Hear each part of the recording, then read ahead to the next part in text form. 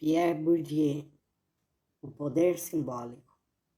Capítulo 1, sobre o poder simbólico.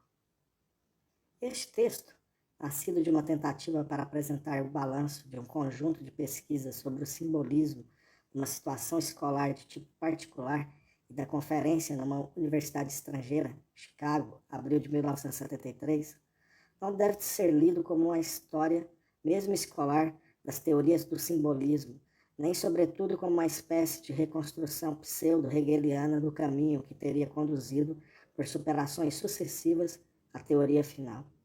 Se a imigração das ideias, como diz Marx, raramente se faz sem dano, é porque ela separa as produções culturais do sistema de referência teóricas em relação às quais as ideias se definiram, consciente ou inconscientemente, quer dizer, do campo de produção balizado por nomes próprios ou por conceitos em ismo, para cuja definição eles contribuem menos do que ele as define.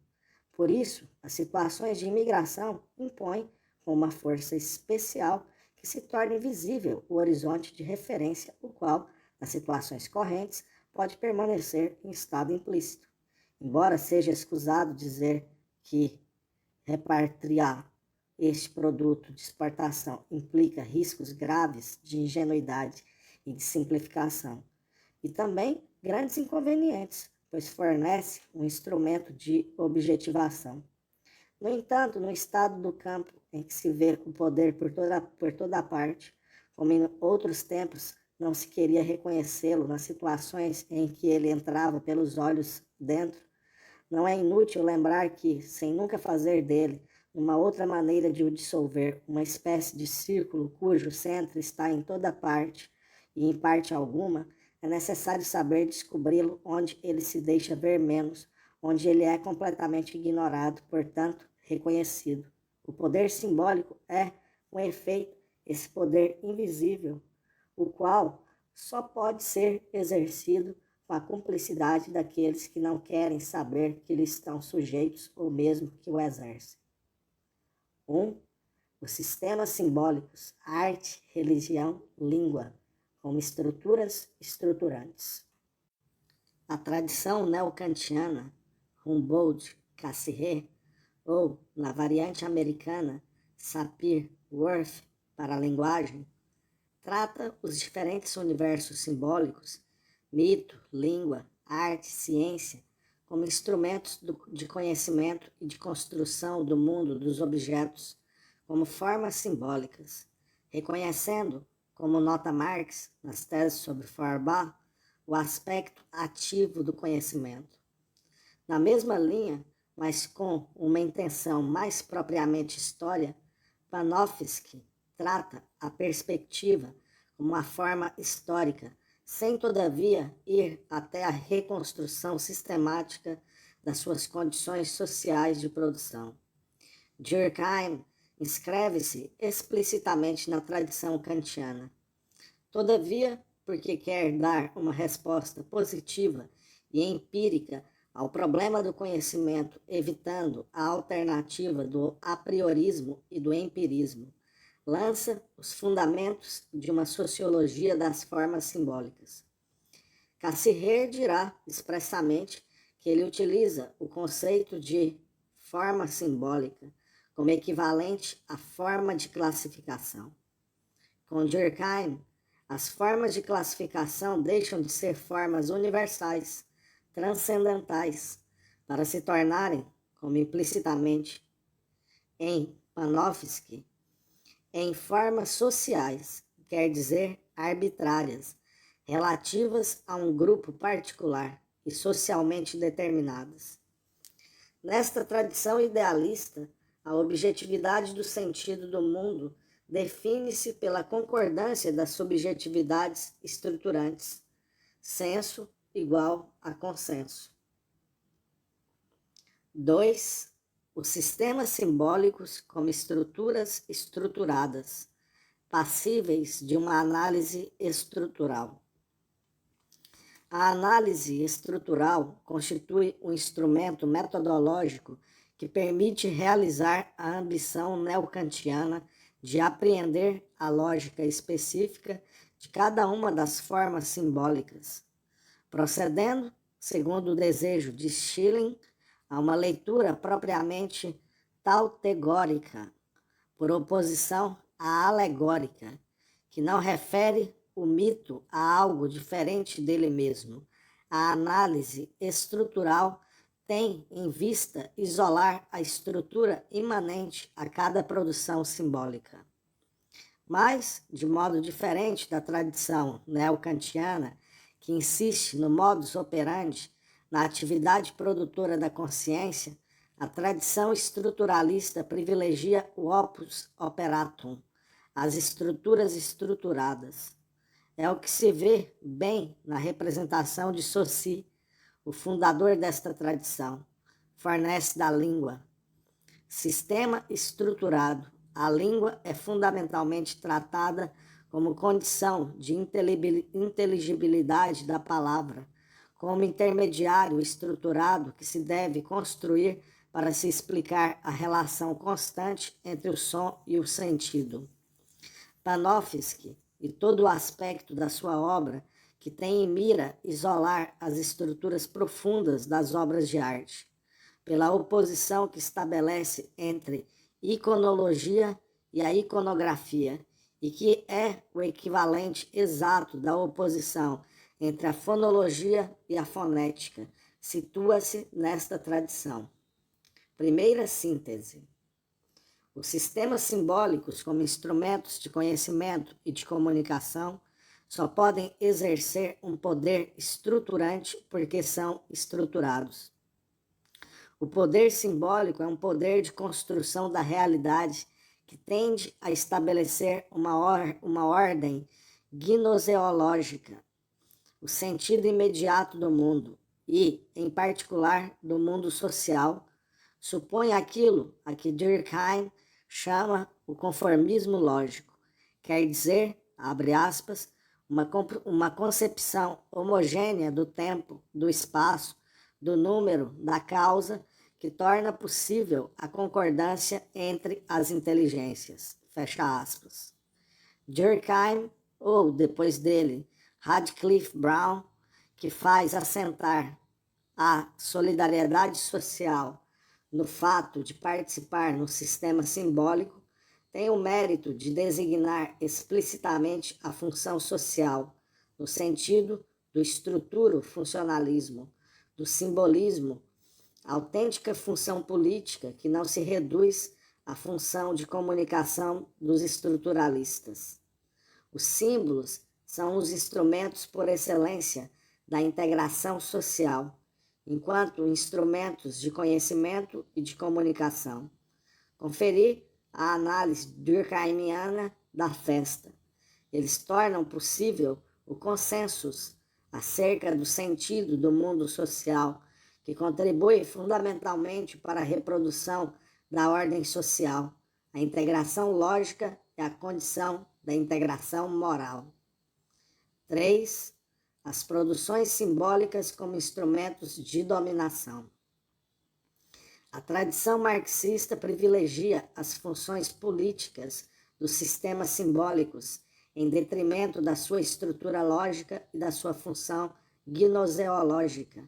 Ainda que Engels fale de expressão sistemática a respeito do direito. Este funcionalismo, que nada tem de comum com o estruturo-funcionalismo, a maneira de Durkheim ou de Radcliffe Brown, explica as produções simbólicas relacionando-as com os interesses da classe dominante. As ideologias, por oposição ao mito, produto coletivo e coletivamente apropriado, servem interesses particulares que tendem a apresentar como interesses universais, comuns ao conjunto do grupo. A cultura dominante contribui para a integração real da classe dominante, assegurando uma comunicação imediata entre todos os seus membros e distinguindo-os das outras classes. Para a integração fictícia da sociedade no seu conjunto. Portanto, a desmobilização, falsa consciência das classes dominadas.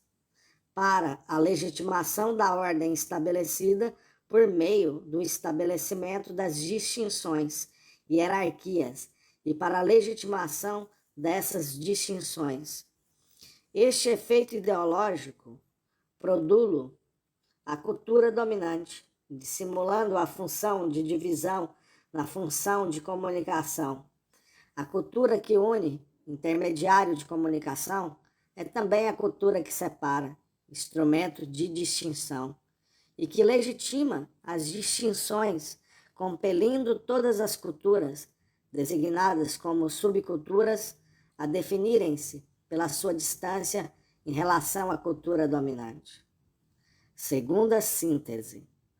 Contra todas as formas do erro interacionista, o qual consiste em reduzir as relações de força a relações de comunicação, não basta notar que as relações de comunicação são, de modo inseparável, sempre relações de poder que dependem, na forma e no conteúdo, do poder material ou simbólico acumulado pelos agentes ou pelas instituições envolvidos nessas relações e que, como o dom ou o potlatch, podem permitir acumular poder simbólico. É enquanto instrumentos estruturados e estruturantes de comunicação e de conhecimento que os sistemas simbólicos cumprem a sua função política de instrumentos de imposição ou de legitimação da dominação, que contribuem para assegurar a dominação de uma classe sobre outra, violência simbólica, dando o reforço da sua própria força às relações de força que as fundamentam e contribuindo assim, segundo a expressão de Weber, para, abre aspas, a domesticação dos dominados, fecha aspas. As diferentes classes e frações de classes estão envolvidas numa luta propriamente simbólica para imporem a definição do mundo social mais conforme aos seus interesses e imporem o campo das tomadas de posições ideológicas, reproduzindo em forma transfigurada o campo das posições sociais. Elas podem conduzir esta luta, quer diretamente, nos conflitos simbólicos da vida cotidiana, quer por procuração, por meio da luta travada pelos especialistas da produção simbólica, produtores a tempo inteiro, e na qual está em jogo o monopólio da violência simbólica legítima. Conferi Weber, quer dizer, do poder de impor, e mesmo de inculcar, instrumentos de conhecimento e de expressão, taxonomias, arbitrários, embora ignorados como tais da realidade social. O campo de produção simbólica é um microcosmo da luta simbólica entre as classes. É, ao servirem os seus interesses na luta interna do campo de produção, e só nesta medida que os produtores servem os interesses dos grupos exteriores ao campo de produção. A classe dominante é o lugar de uma luta pela hierarquia dos princípios de hierarquização. As frações dominantes, cujo poder assenta no capital econômico, têm em vista impor a legitimidade da sua dominação, quer por meio da própria produção simbólica, quer por intermédio dos ideólogos conservadores, os quais só verdadeiramente servem os interesses dos dominantes por acréscimo, ameaçando sempre desviar em seu proveito o poder de definição do mundo social que detém por delegação. A fração dominada, letrados ou intelectuais e artistas, segundo a época, tende sempre a colocar o capital específico a que ela deve a sua posição no topo da hierarquia dos princípios de hierarquização. 4. Os sistemas ideológicos que os especialistas produzem para a luta pelo monopólio da produção ideológica legítima, e por meio dessa luta, sendo instrumentos de dominação estruturantes, pois que estão estruturados, reproduzem sob forma irreconhecível por intermédio da homologia entre o campo de produção ideológica e o campo das classes sociais, a estrutura do campo das classes sociais. Os sistemas simbólicos distinguem-se fundamentalmente conforme sejam produzidos e, ao mesmo tempo, apropriados pelo conjunto do grupo, ou, pelo contrário, produzidos por um corpo de especialistas, e mais precisamente por um campo de produção e de circulação relativamente autônomo. A história da transformação do mito em religião, ideologia, não se pode separar da história da constituição de um corpo de produtores especializados de discursos e de ritos religiosos, quer dizer, do progresso da divisão do trabalho religioso, que é, ele próprio, uma dimensão do progresso da divisão do trabalho social, portanto, da divisão em classes, e que conduz, entre outras consequências, a que se desapossem os laicos dos instrumentos de produção simbólica.